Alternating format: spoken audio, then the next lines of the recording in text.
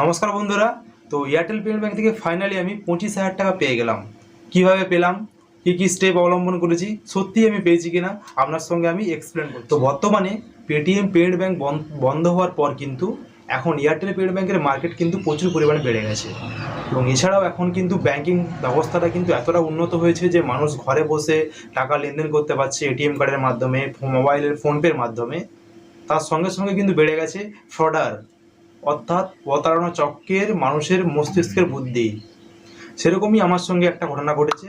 আমাকে Airtel payment ব্যাংকে ক্যাশব্যাকের নাম করে আমার বিভিন্ন তথ্য তারা নিয়ে নিয়েছে এবং পুরো আমার অ্যাকাউন্ট কিন্তু হ্যাকের মতো অবস্থায় চলে গেছে।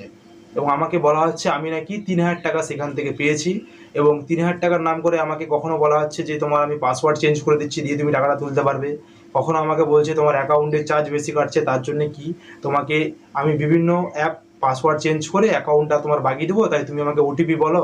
কখনো বলা হচ্ছে তোমার এটিএম কার্ডটা রিনিউ করতে হবে, আগের যেটা ছিল সেটা বন্ধ হয়ে গেছে। এরকম বিভিন্ন কিন্তু ক্ষেত্র বিশেষে আমাকে কল করা হচ্ছে এবং আমার এখান থেকে বিভিন্ন ইনফরমেশন কিন্তু কালেক্ট করা হচ্ছে। তো আপনাকে আমি লাইভ স্ক্রিনে দেখাচ্ছি যে কি ঘটেছে এবং কি ঘটেছে। তো প্রথমে আমাকে এই নাম্বারে হোয়াটসঅ্যাপ করা হয় এবং এটা ওর প্রোফাইল ছবি দেওয়া আছে। তো এখানে দেখে মনে হচ্ছে এরা তো এয়ারটেল পেমেন্ট ব্যাংকেরই কাস্টমার।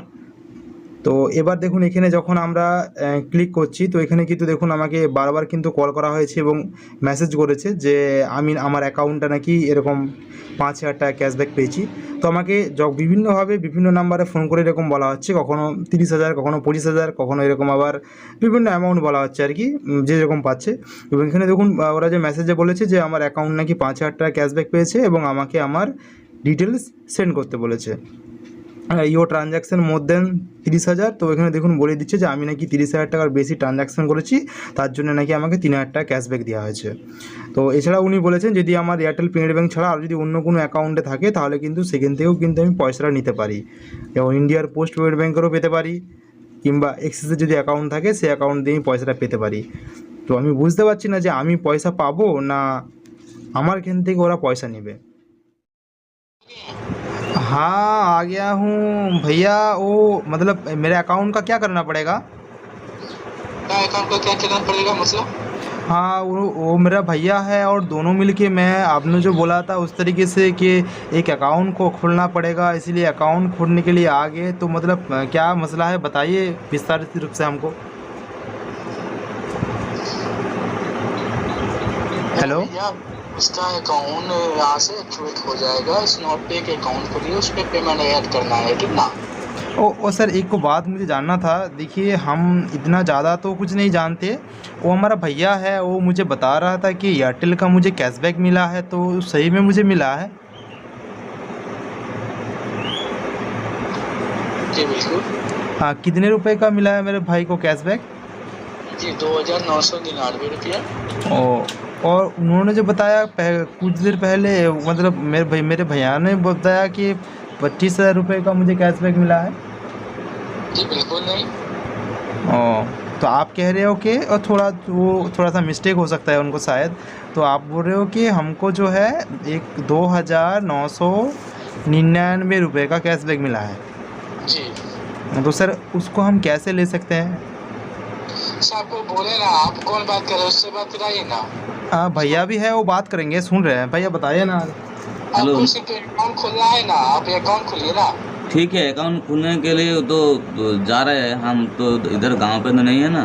तो भैया मुझे कह रहे थे कि थोड़ा सा बात कर ले, उसके बाद दोनों मिलके अकाउंट खोल लेंगे। क्यों एयरटेल पेमेंट बैंक क्यों नहीं मुझे दे सकते हो आप मुझे? उसका एयरटेल पेमेंट बैंक उसका बंद बता रहा है सर, ब्लॉक बता रहा है। तो एक बार वो आधार विड्रॉ कर लेगा ना, उसके अकाउंट में 250 रुपया है, ठीक ना? हाँ तो सर मेरे को एक बात बताइए सर, कि देखिए आप तो एयरटेल पेमेंट बैंक से बोल रहे हो, तो मेरे को कैशबैक मेरे अकाउंट में दे दीजिए। मेरा बात सुनिए आप पहले। हाँ बोलिए सर, मैं सुन रहा हूँ आपको बात। हाँ उसका एयरटेल पेमेंट बैंक बंद बता रहा है सर, तो ये एक बार आधार एयरटेल से एक बार आधार विड्रॉ कर लेगा ना।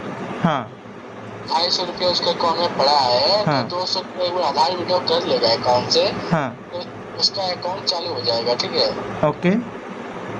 हाँ तो ये आप CSP वाले हैं तो आपको पता है तो आप उसका उसका अकाउंट से एक बार आधार वीडियो, अभी एयरटेल से उसका अकाउंट से 200 तो 251 मतलब कि 251 रुपया है, तो आप 200 उसके अकाउंट से आधार वीडियो कर दो, उसका अकाउंट चालू हो जाएगा अभी। क्योंकि सर एक और बात आप सुनिए सर, क्योंकि देखिए अभी जो बैंकिंग से लागू हो नियम जो लागू है बैंकिंग सिस्टम का, वो तो किसी को हम ओटीपी नहीं कह सकते, और उन आपका तो उनका ओटीपी ले लिया भैया का, वो तो गलत बात है। कि कौन ओटीपी दिया है? हाँ, उन्होंने बोला कि आपको तो उन्होंने पासवर्ड चेंज करके दिए हो, ओटीपी बोला है, तो मसला मुझे अच्छा नहीं लग रहा है कुछ आपका बिहेवियर।